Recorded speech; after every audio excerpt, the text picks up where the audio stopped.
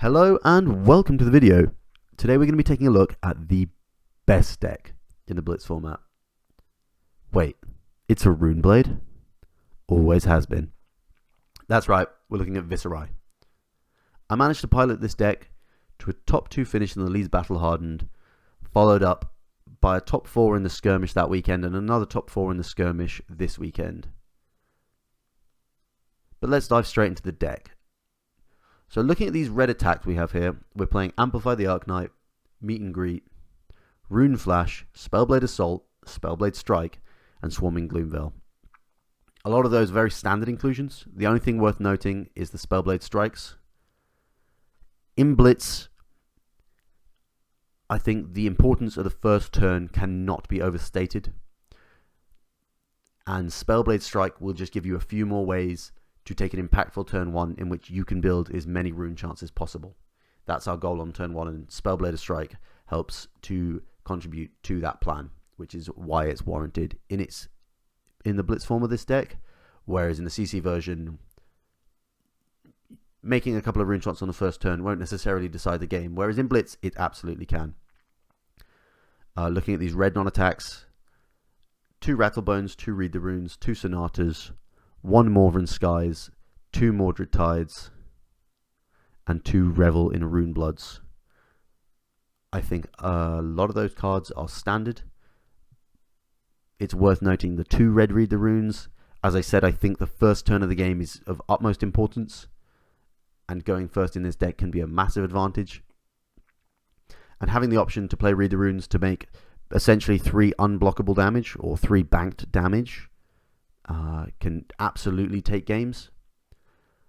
I think 2 Rattlebones are worthwhile in the list because one of your maybe 3 turns on average will be solved with a Skeletor, and Rattlebones is just another way for you to use the Skeletor mana to increase the output of your turn. Mordred Tide doesn't need explaining. That card is absolutely bonkers. And then the 1 Morven Skies basically slips into the list as the 40th card, as I believe the most powerful non-attack that we aren't currently playing. And then Sinatra Arcanics and Revel in Runeblood. You don't really need to justify those cards. Every time you resolve one, you will be loving life. Simple as that. The yellows, just the 2 Morven Skies. We were playing a 9th Blade in this slot before, but I think that 9th Blade ends up not in the deck simply because it's a card that plays to an incredibly high ceiling. When 9th Blade looks good is when you have a ton of rune chance. And when you have a ton of rune chance, you don't really need the extra help. 9th Blade helps us push for 40 damage turns, whereas we don't need the 40 damage turn. Like, it's nice and all, but we're trying to do 30 or 20 to 30 damage turns as early in the game as often as possible. Moving on to the blues. The blues in this deck are geared not just as resource cards, they are either sources of go again or they're rune chant builders. I think the only notable or different inclusion that you may not have seen is the blue Lead the Charge. I think the blue Lead the Charge is the strongest available blue for us. We don't really want to go up higher on attack actions, which is why I don't believe the Spellblade Strike is worth considering. And the blue Lead the Charge will, on occasion, be exactly what we need to be able to play out all of our cards on a big Sonata turn or a big Skeletor turn where we just simply don't have enough go again. Not going to be exceptional a lot of the time, but will fill the exact hole that we need when it comes up. So we're playing a total of 14 blues in this list, and to finish the deck we play the one of Gorganian Tome. Now looking over to the equipment, we have what is the very standard setup, and I believe you should be playing it in every matchup. Arcanite Skullcap, Bloodsheath Skeletor, Spellbound Creepers, Vexing Quillhand, and Rosetta Thorn. Basically every matchup will be these 5 equipment. often you'll find yourself convincing yourself, oh, maybe I should play Grasp. Maybe I should play something else. I think that's a trap. I think you should almost always be playing these equipment because they're absurd. And I'll highlight the situations where that's not true. So for Grasp of the Arknight, I think this is playable into Benji, and I do believe Benji alone.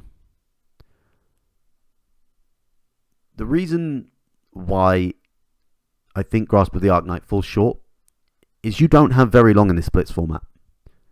If you don't kill them, they will kill you. And Grasp of the Arknight isn't enough to save you, whereas Vexing Quillhand is enough to turn some of your medium or awkward turns into absolutely explosive ones. Spellbound Creepers, just the same. Skeletor, just an absolutely outrageous piece of equipment. And Skullcap, essentially the only option in the slot. Rosetta Thorn, simply the most powerful piece of weaponry we've seen in the game. So Grasp of the Arknight is great into Benji, where we're desperate to be able to stymie his combo turns. Reaping Blade, I've never actually sideboarded in, but theoretically, it could come in for a full fatigue Oldhim, where they're playing stuff like Heart of Fyendel, Sigil of Solace, and your only plan is to block, build up a ton of rune chants, wait till you find a Sonata, and kill them in one turn. Crown of Dichotomy is just simply a slightly better Null Rune Hood. I can't see you really ever using the ability, but maybe it comes up at some point. Might as well have it. Gambler's Glove. This card is functionally a block 6 into KO. I think if you ever leave the house without a Gambler's Gloves in the Blitz format, you should reassess your life. It's crazy. And sure, sometimes it doesn't work out, but I'd certainly rather have a block 6 than not. Null Rune Boots, again, just to give you 3 Null Rune into Kano. And the Sutcliffe Suede Hides are theoretically there for Oldhim. But like I said with the Reaping Blade, that matchup is so strong for us anyway that I don't know if having these pieces of equipment functionally give you any more percent. And if there's anything else that you think has a usage case, you'd probably be better off running them instead of these 2 pieces of equipment. Okay, so let's talk about the general ideas behind the deck. So, when you start a game, the first thing, if you're going first, you need to do is build as many rune chants as you possibly can. It's very unlikely that your attacks will be able to push through for physical damage on the first turn. But one of the main advantages Viserai has is that he can make banked damage in the form of rune chants. The best thing you can do on the first turn is going to be something like a Mordred Tide into a Become the Arknight, into activating your Quill Hand, into playing a Read the Runes for a total of 11 rune chants. You know, the games where you do this, and you will still get an arsenal from that turn, the games where you do this, functionally doesn't matter what happens from there. As long as you draw 4 cards off the top of your deck, you will win. And that's just, you know, one of the benefits of what makes this deck so strong is that it does have a very decent number of essentially free wins, where your deck gives you a hand that says, oh, we won. And that's a very, very important thing to having an incredibly high win rate. So after the first turn, after you will have built as many rune chants as possible, the general philosophy will be to ignore your opponent's plan where possible. Obviously, you know, if there's disruption, discard, it's important to interact with those things. But I think the utmost mentality to have is to respect your own cards much more so than your opponents. There's a reason we're playing them, and that's because they're more powerful than our opponents. And where we have an amazing turn, we should be very willing to give up almost all of our life total, obviously not all of our life total. Now, let's talk briefly about some of the most common matchups you might expect to face in the Blitz format. The first and most threatening matchup in the format, I do believe, is Oldhim. And this might not be the traditional slow as you like, block, hammer every turn, but not much else kind of Oldhim. The kind of Oldhim that we fear is the E-Strike, Pummel, CNC, Oakenfold, coming at your throat turn after turn, threatening a lot of disruption kind of Oldhim. This is the only matchup in the format where I'm not supremely confident. I think they can have some really awkward disruption, and you do at least need a little bit of fortune to go your way to be able to put together a really strong turn in between their disruptive turns. So, moving on, the other tough matchup in the format would probably be Kano. I say tough, I still think it's a really strong matchup. I just think that they have a lot of hands that will kill you in a way that you can't interact with, and that's just unfortunately part of the matchup. But I still think that our deck is consistently faster than them, and apart from their best hands, we will still very likely be able to put them under enough pressure that we can kill them first.